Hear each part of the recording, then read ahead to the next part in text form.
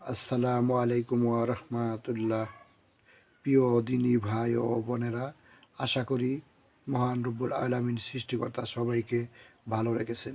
আপনাদের দোয়া ও আশীর্বাদে মহান রব্বুল আলামিন সৃষ্টিকর্তা আপনাদের দোয়া ও আশীর্বাদে মহান রব্বুল আলামিন সৃষ্টিকর্তা আমাকেও ভালো রেখেছেন। আজকে মূল আলোচনার বিষয় হচ্ছে অনেকেই আমল করে ছেড়ে দেন। ঠিক আছে, যেমন ধরেন রুহানি শক্তির আমল করে ছেড়ে দিয়েছেন, জিন সাধনা করে আমল অর্ধেক পথে ছেড়ে দিয়েছেন, যেমন জিনকে বশ করার জন্য, জিন পরি বশ করার জন্য আমল করে ছেড়ে দিয়েছেন, রুহানি শক্তির আমল করে ছেড়ে দিয়েছেন, বাতিনি চোখ খোলার আমল ছেড়ে দিয়ে তাকে বলে অন্তর্দৃষ্টি খোলার আমল বা বাতিনি চোখ খোলার আমল করে আপনার কি অর্ধেক পথে করে ছেড়ে দিয়েছেন। কেউ 15 দিন করছেন, কেউ 10 দিন করেছেন, কেউ 1 সপ্তাহ করেছেন, এইভাবে ছেড়ে দিয়েছেন।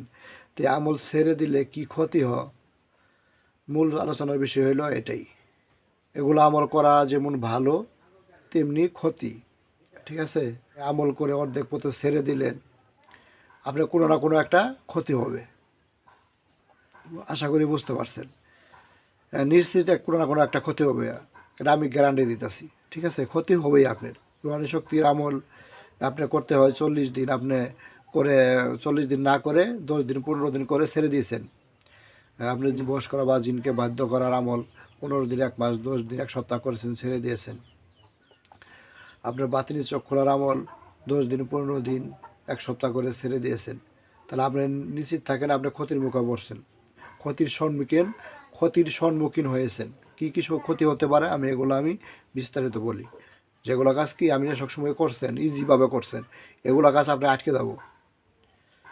খালি সংসার জীবনের কাজও আটকে যাব। আপনি যে কবিরাজি কাজ করবেন, এগুলো আটকে যাব। তদবিরের কাজ করেন, যেমন জিন জাদুর কাজগুলো করেন, কিন্তু রুগী দেখবেন 5টা রোগী কাজ করছেন, 2টা ভালো হয়েছে আর 3টে ভালো হয়নি। ঠিক আছে, এরকম হবে।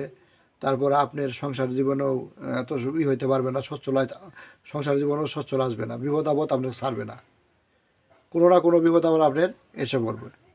আর্থিক যেটা সচ্ছলতা এটা থাকবে না। তারপরে তদবির জগতের সচ্ছলতা আসবে না। পরিষ্কার যেটা কাজ করবেন তদবির জগতে তাও পারবেন না। যদি আমল আপনি পরিপূর্ণ করেন তো ভালো, আর যদি পরিপূর্ণ আমল না করতে পারেন তাহলে ক্ষতি হয়ে যাব, নিশ্চিত থাকেন। পরিপূর্ণ আমল যদি আপনি না করেন ক্ষতি হবে। ঠিক আছে, সব দিক দিয়েই ক্ষতি হবে।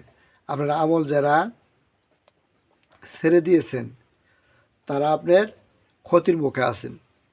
ঠিক আছে, যারা আমল ছেড়ে দিয়েছেন তারা কী কী ক্ষতির মুখে আছেন,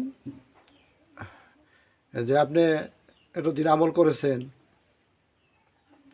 আপনি এতদিন যে কাজ করছেন, যে জিন্নাতগুলার খারাপ বালা সবগুলার এই কাজ করছেন, শাস্তি দিয়েছেন, জবাই করছেন, ওগুলা কি আপনার পিছে সবসময় লেগে থাকে, তো ওরাও এই সুযোগটা নেবে, কাজে লাগাবে। ঠিক আছে, আমল আপনি করে ছেড়ে দিয়েছেন, যে ওই মোয়াক্কেল যে আছে, ওনার যে মোয়াক্কেল, এই আমলের মোয়াক্কেলগণ আপনাকে কি ভালো চোখে দেখে না। ঠিক আছে, আপনার প্রতি ওনারা খুশি নে।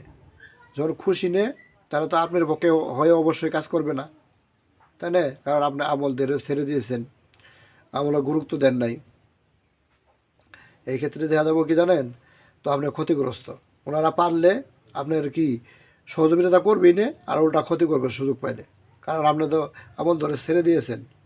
তো এর পাশাপাশি যেগুলো আপনার আমল চিকিৎসার ক্ষেত্রে যেগুলো আপনার অনেক জিন শত্রু হয়ে গেছে, ওগুলো আপনার ক্ষতি করবে বিভিন্নভাবে। ওগুলো আপনি কি বিভিন্নভাবে ক্ষতি করার চেষ্টা করবে।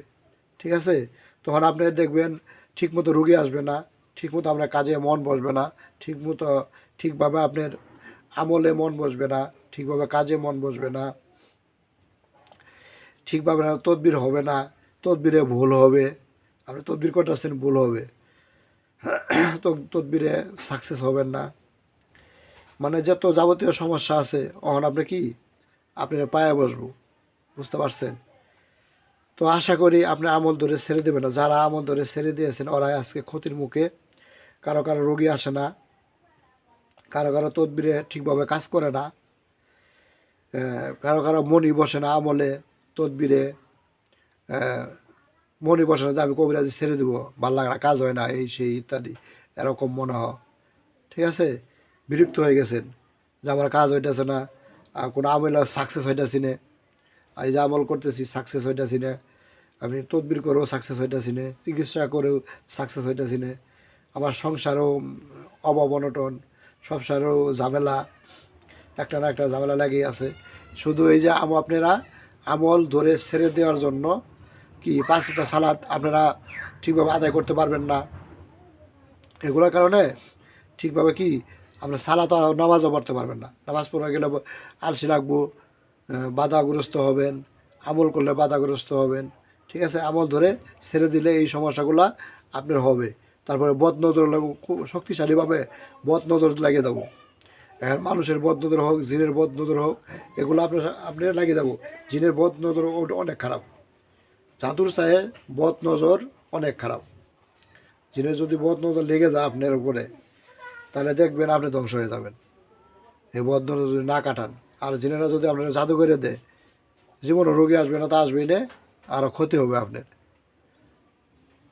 তো এই বিষয়ে বিস্তারিত আলোচনা করতে গেলে অনেক সময় লাগবে। ঠিক আছে, তাই আমি শর্টে শেষ করে দিলাম। আর যদি কেউ বিস্তারিত আপনারা জানতে চান বা জানার আগ্রহ হয়, তা আমাকে ইমো বা হোয়াটসঅ্যাপে ফোন দিবেন, জানতে পারবেন ইনশাল্লাহ। আর এই বিষয়গুলোর সমাধান কিভাবে পাবেন, এই বিষয়ের সমাধান কিভাবে পাবেন আমার সাথে যোগাযোগ করবেন, ইনশাল্লাহ আমি সমাধানগুলো দেওয়ার চেষ্টা করব।